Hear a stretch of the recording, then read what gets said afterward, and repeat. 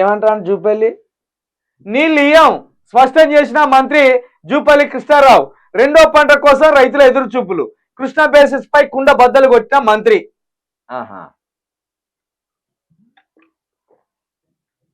నీళ్ళు ఇయ్యం అంటాను కదా జూపల్లి గారు.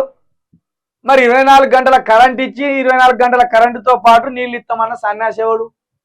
ఆ సన్యాసిని దేంతో కొట్టాలి? ఇక్కడో మాట ఈయన పోయేమో మొత్తం సుందరీకరణ ఇస్తా మూసీ నదినని ఆయన ఆ పాట. ఇక ఒకడేమో ప్రచార కన్వీనరేమో వాడు చెప్పుతోడు కొడతారు రైతులకని వాని మాట.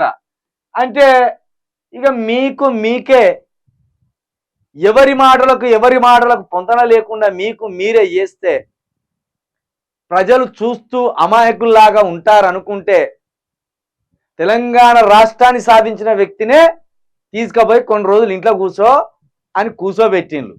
మీరు దాంట్లో ఈకగారు నా తూకగారు. వాళ్ళు తలుచుకుంటే ప్రజలు ఇక మీ భరతం పడతారు. 50 రోజులకే గిన్ని రకాలుగా చంద్రముఖి లెక్క, గజని లెక్క, అపరిచితులు లెక్క ఇన్ని రకాల వేషాలు ఎత్తాలంటే మీ భరతం పడతారు. ఇక మిమ్మల్ని ఉరికిస్తారు వాళ్ళు. ఈ పని వచ్చేదాకా నోటికి కొంచెం బుద్ధి చెప్పుకొని తాళం వేసుకోర్రి. నోటికి అడిగినప్పుడు ఎనుకో ముందో అవుతున్నాయి ఇస్తామని చెప్పుర్రి. ఇయ్యం మేము నీ ఇంట్లోకి వెళ్ళి ఇస్తానవా? నీ సొమ్ము ఇస్తానవా? నీ బావి నీళ్ళు అడిగినామా? నీ పొలం నీళ్ళు అడిగినామా?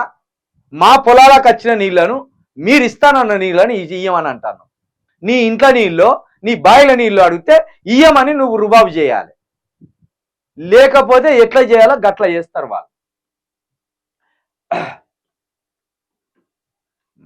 ఎన్ని కథలు పడతాను వీళ్ళు, ఎన్నెన్ని కథలు పడతాను వీళ్ళు.